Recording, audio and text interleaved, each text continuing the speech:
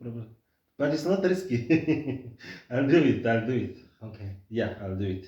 You. It's like a tea for 10 minutes. No. The tea is 8 hours. 8 hours or and then that one. Yeah, you leave your body. You do what we would say in shamanism. Yeah. You die a shamanic death. It's like even in Twasa they say the body must die in order for the Rosi to enter. Ne? Something like Vumagufa and stuff. Yes. Yeah. Yes. Oh, wow. You're explaining about the mushroom, yeah. That it's like Mkhulu. So what do you mean about like? So they call it grandfather. So when you do it properly, not recreationally where guys go and trip and take 2 grams and trip. When you do it in a ceremony, a sacred ceremony, when I did my first mushroom ceremony, the shaman said to me that, listen, we take 6 grams. I'm like, yo. He says, if you're not going to take these, you're not going to take all of this, go home, because then you're wasting my time and you're wasting your own time. You are told by the shaman. I was told by the shaman at that time, when I did it the first time. And yes, when the plant communicates with you, because the plant takes you through the journey, it presents itself like a Mkhulu, a grandfather. That's why they call it the grandfather mushroom. And Mama, when she takes you through the journey, she presents herself like a female, and then she takes you on your journey. What do we see on the journey? You go into it's almost like you go into the core of your existence. Sure. That's deep. You go into, I mean, I've had journeys where she has said to me, now we're going to show you how other people see you. Oh yeah, you get to experience yourself. Yes. Yes. Wow. And how did you experience yourself? It's because that guy, Eugene Koza, spoke about. Oh yes, sorry to disturb. Carry on. I'll sure. go. Because remember, the most painful person to meet is yourself.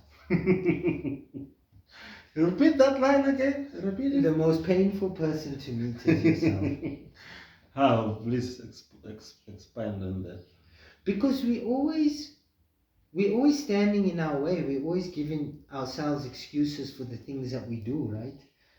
We don't stand in absolute integrity. We don't stand in absolute what is the accountability, right?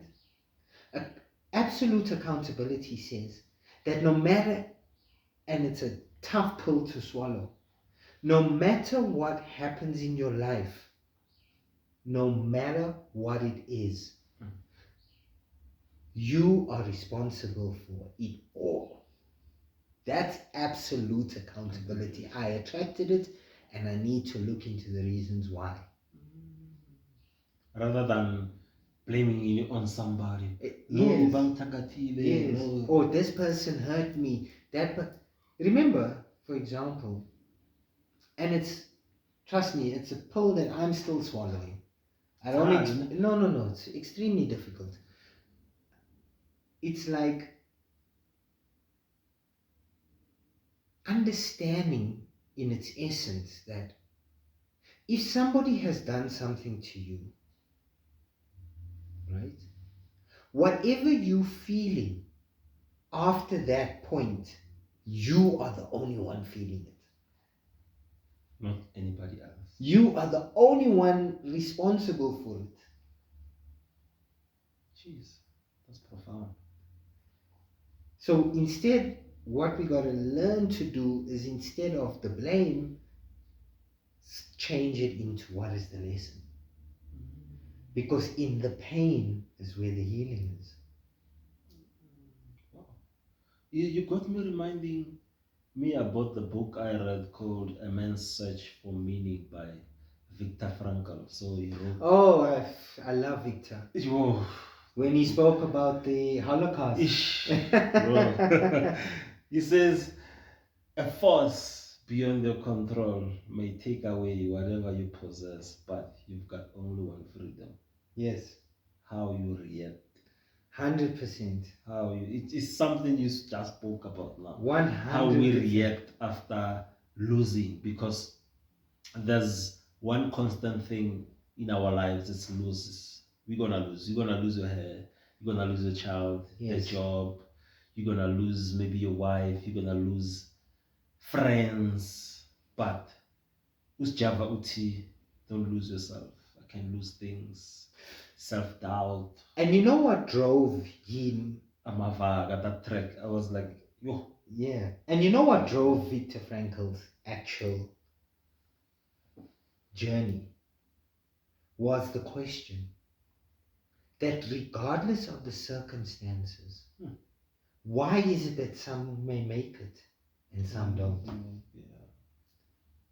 It's how you react. Yes. Because in the midst of the Holocaust, people were going to How the you gas respond, chambers, yeah. and others were surviving this. And the ones, the ones that were surviving it were the ones that were just happiest in that situation. Jeez. So that shows you that how your own emotional being attracts. So you can't attract happiness and the life you desire if you're not being it. If it's not with your being. When you're vibrating low. Yes. Because we are electromagnetic beings who constantly vibrate with energy. So 100%. a lot of people, they vibrating low and they expect 100%. positivity, and it's quite difficult to. Sorry, I just want to make sure that we in. We're still in. Left with 5 minutes. So on the 5 minutes, this part I wanted us to focus on your journey. Can you please wrap it up about your journey, like how you got to and then initiate? How many initiates? So the thing is, I would say that it was many, because there were many teachers. Yeah. Right? Teaching me different things. Yeah. Right? Until I was led to Twasam Ndao. Yeah. And how I was led to that is it was also such a, because I would hear about my Gobela all the time. Yeah. But I'd never met my Gobela. And I'd hear about my Gobela from different people, Yeah, that's gonna come. Baba, And then when I was in front of Baba, I didn't know it's the same person until she had mentioned something, and I was like, oh, Baba. And that's just energetically gelled, and wow. And I knew at that point that this is what I wanted. And the stars have aligned. The stars have aligned. And only in the process did I come to discover that all my other processes were gearing me up from Ndao. Because you can't go straight. It's hard, isn't it? Ndao. I want us on that note. I want us on part 2 to start with Ndao and go at least in depth with it, and then I don't want us to I just wanted maybe to close it now, and then we'll start with Ndao and continue otherwise. So part 2 is coming. Peace, guys.